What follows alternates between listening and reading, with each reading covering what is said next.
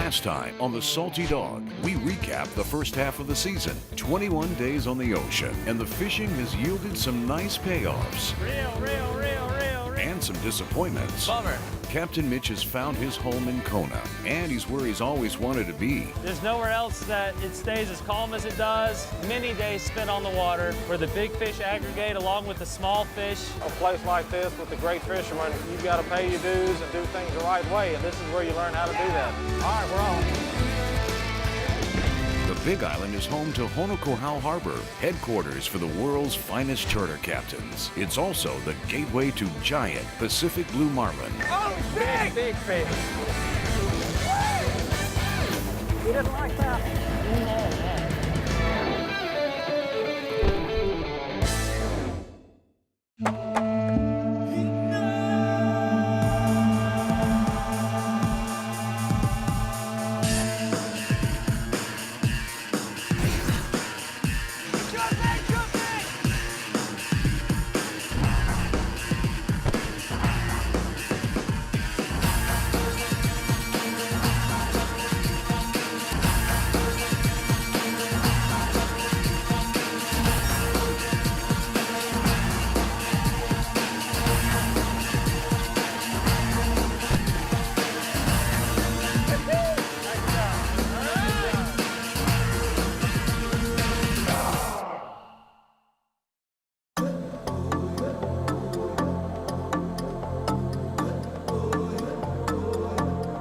Today, the Salty Dog crew departs early from the harbor. Captain Mitch is in a small drought and badly wants a bite. Today's wireman and first mate is Charlie Bowman. Also on board is Alabama native Will Scroggins. Ashton, Captain Mitch's younger sister, gets a snooze in. Also on board is Brinson Holder. Mitch and I fished for about 12 straight days and caught 13 fish. Went 3 days without a single bite. It was pretty crazy.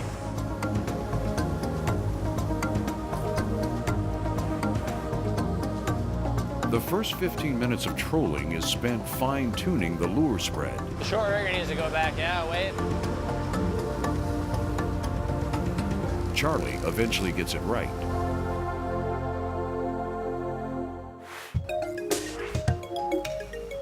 The Salty Dog, a 31-foot Bertram, isn't the only vessel in Kona waters today. Some familiar boats are trolling as well. It does help having friends out here. You know, we all stay in touch with each other and try to help each other out the best we can. Spread out, and if somebody's getting bit, you know, they'll call and let us know as long as you do the same thing to them. And I'd say more than half the fish we catch are because of other people in the radio. Traditionally, you know, the fish bite an hour either side of the tide change the best. If you're lucky, you can get 2 a day during your fishing times. If you can position yourself, you know, stay real late, you know, you can hit both of them. Usually a week leading up to the full moon, a couple days after are the best. Same with the new moon. Those are two best weeks of every month, are new moon and full moon. But other than that, it's a waiting game. You just make sure your hooks are sharp, your line's good, your lures look right, and just go with it.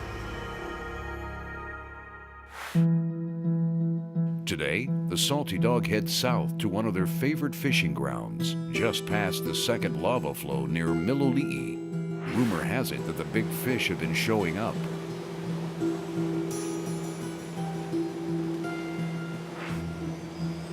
They troll for more than 8 hours.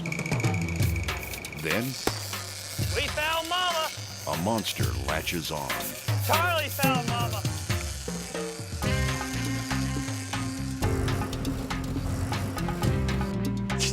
It's not that hard. It's not that hard.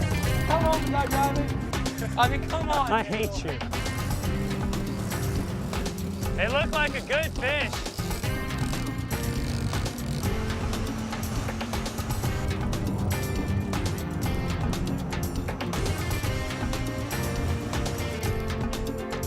The fish hasn't jumped at all. Its powerful force keeps the lure down deep, and Ashton is holding on with everything she's got. If it starts coming up, Charlie, bump it back below 30.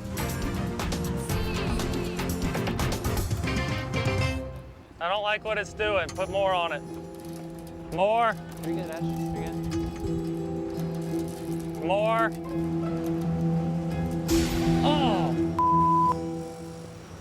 Reel up. Losing what could have been a colossal Pacific blue marlin That was a good one. hurts. As an angler, you think back to what you could have done differently. Sitting and reflecting in solitude reminds us of what it's like to lose.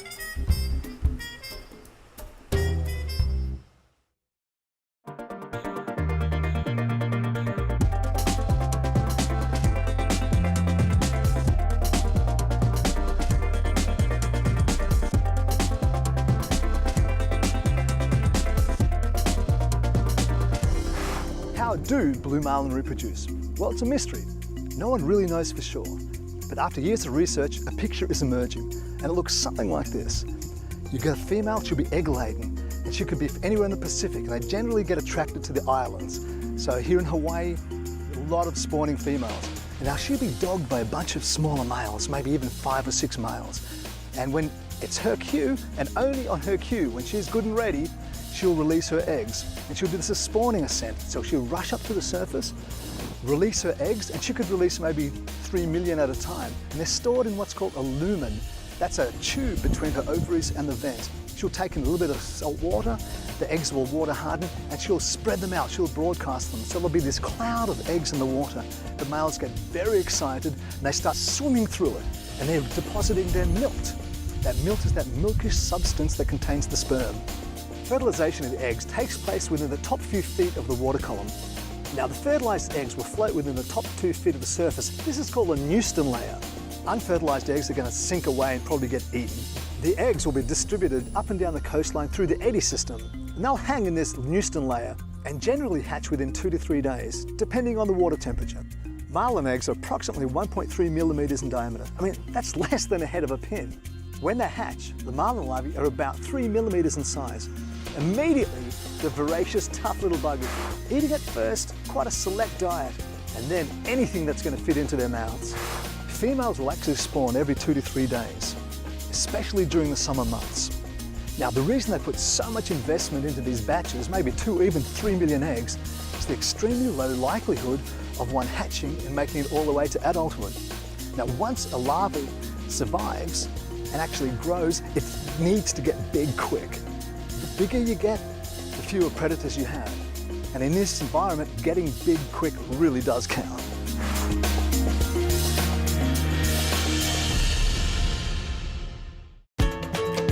Salty Dog Sport Fishing Hawaii is brought to you by the Hawaiian Islands. Plan your dream getaway now on the Big Island of Hawaii. Farish Media, from concept to completion, we turn ideas into images. By Salty Dog Sport Fishing Charters, join the crew for the best sport fishing in Hawaii. And by McKenna Ford. This is Mike McKenna, and that's Hanaboy. Like he says, couldn't be a better time to buy.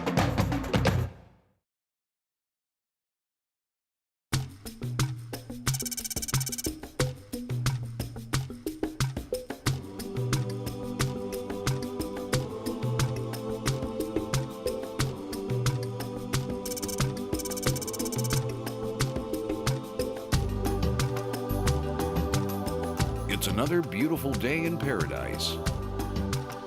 Leslie and Ashton are ready for anything at the end of a fishing line. So is Big Daddy. The reflection of the morning sunrise peeking over Hualalai leads a path to Bravo, where the crew will start out today.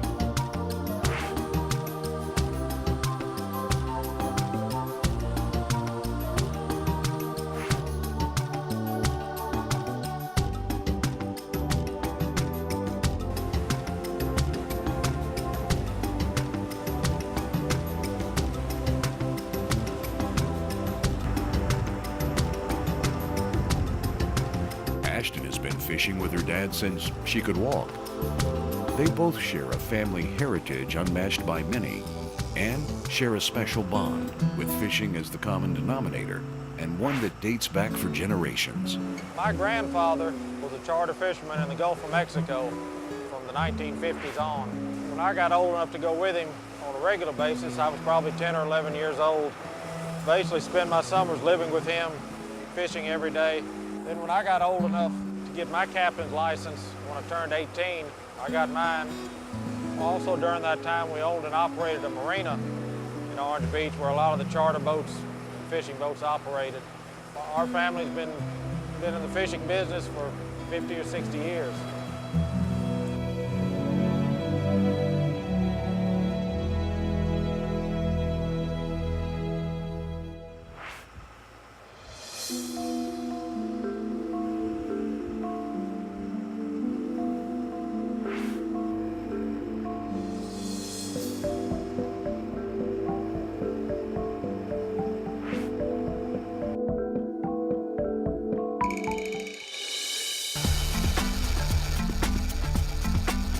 They're hooked to a small fish, not a giant by any means, but it's something. It only takes about 30 seconds to pull in this feisty small fry. Spearfish. Spearfish. Come here, little fishy. He's almost too small to tag.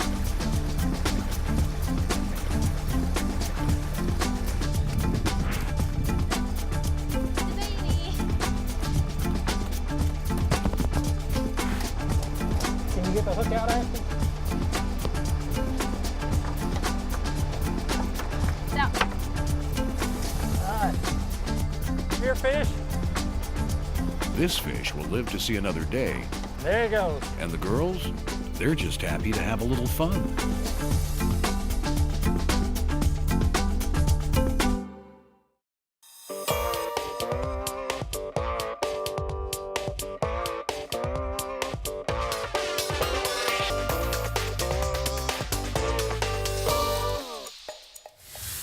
Hawaii is a special place.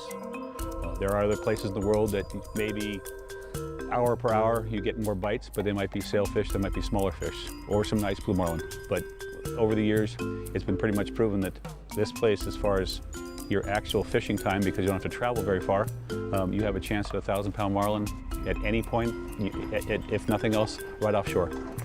I've left the island a couple times and couldn't wait to get back. Being a fisherman, it's the chance of a big fish. And there's something special that we can't put our fingers on that no other place in the world has. This was a unique situation in the fact that I was on a different boat. Black Bart was next to us. We both didn't do very well that day. And we both left the grounds and started heading back at about midday. And all of a sudden, right next door to us, Black Bart hooked this nice fish. And in a matter of probably a half hour, Bart called us and said, "Is there any chance you can drop Fran off? We have an extremely large fish on." I jumped on and I asked Bart exactly, what are we dealing with here? Because the fish really didn't jump much. It jumped one jump way away from the boat, and he didn't really know how big it was either. I asked him what size hook we had on the lures and what kind of lure and all that, because again, I wasn't involved with it on the front end. Got all the knowledge, and then we started after it. When it was all said and done, I think the fighting time was just over 2.5 hours. We never had the fish close at any point. I had leader 3 times. First 2 times I couldn't hold her. Right at that point, we finally decided we have something special on here. My previous biggest fish at that point was 902 pounds. So that was my benchmark. People knew that we had something special. One of the captains called me and said, "How big?" And I said, "It's over 1,000. How far of 1,000? I don't know." When we got to the Kailua Pier, there was lots of people. And as it went up, I remember just, in my memory, just being as wide could be. The length wasn't an issue, it was fat. The head was fat, the body was fat, and she carried the weight all the way up. And as it went up, I remember saying, "Oh my God." The fish was so heavy that the tail was coming off. So we had to lower it back down, and we could not put it back up. We weighed the rope. The rope was 7 pounds. So the actual weight that's official is 1,649 pounds. That was the 1,656 less the rope. The existing world record was, 300 pounds less than that, and it was complete, jubilation.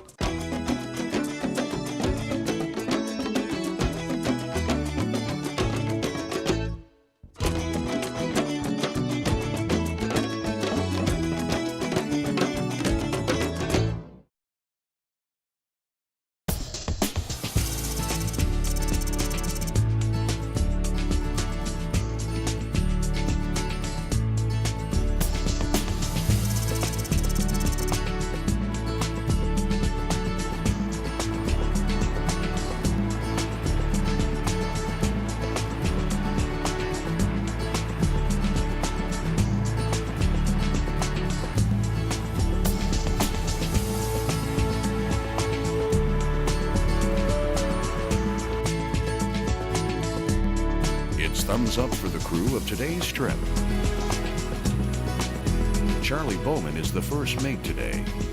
Larkin Touchstone, a native of Mobile, Alabama, will be today's angler. Today's game plan would be we came out of the harbor, hung a hard left down the 500, headed south, bumped her up to about 1,000 RPM, set out the lures, been trolling down the line, hitting some of the better places up and down the ledge. So we'll see if we can find one. Maybe there'll be one hiding where they're supposed to be.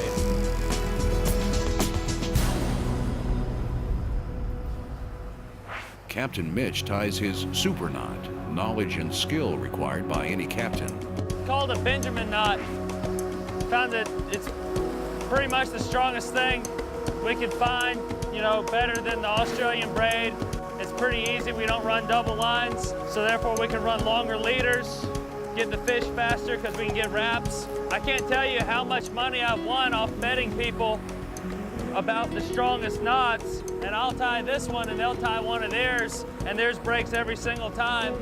You pass it through the eye of the swivel twice. You got to be real careful that it doesn't overlap each other, that they're stacked nicely side by side, otherwise it will break. You do a half hitch on either side of the 2 times through the swivel, then you do 2 half hitches up on top of the knot, and then you go back just in case with some wax floss doubled over and throw in some more half hitches. Do a lot of half hitching around here.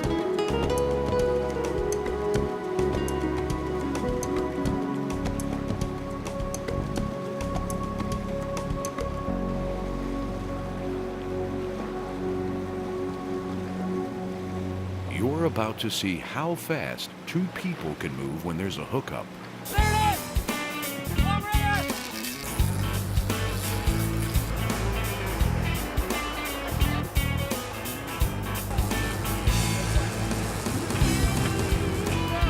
Go get him, Mitch!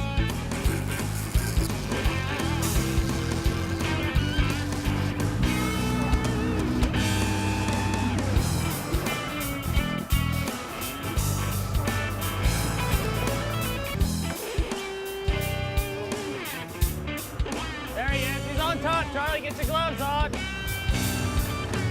You see how big it was? I think it's just under 5.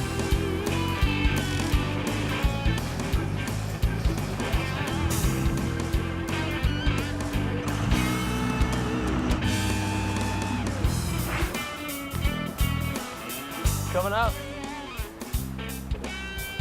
Oh, it is a rat.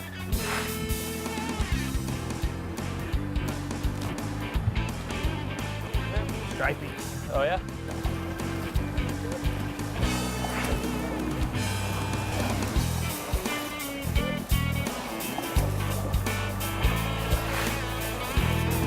Woo! All right, baby!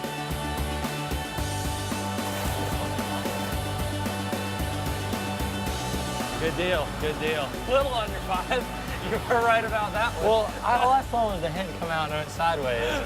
And it was barely 100 pounds, wasn't it? It was barely 50 pounds.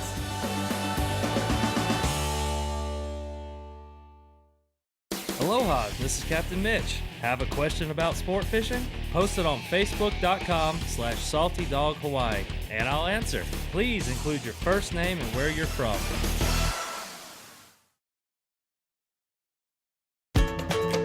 Salty Dog Sport Fishing Hawaii is brought to you by the Hawaiian Islands. Plan your dream getaway now on the Big Island of Hawaii. Farish Media, from concept to completion. We turn ideas into images. By Salty Dog Sport Fishing Charters. Join the crew for the best sport fishing in Hawaii. And by McKenna Ford. This is Mike McKenna, and that's Hana Boy. Like he says, couldn't be a better time to buy. Next time on Salty Dog Sport Fishing Hawaii. Leaving Honokohau Harbor is almost a daily ritual.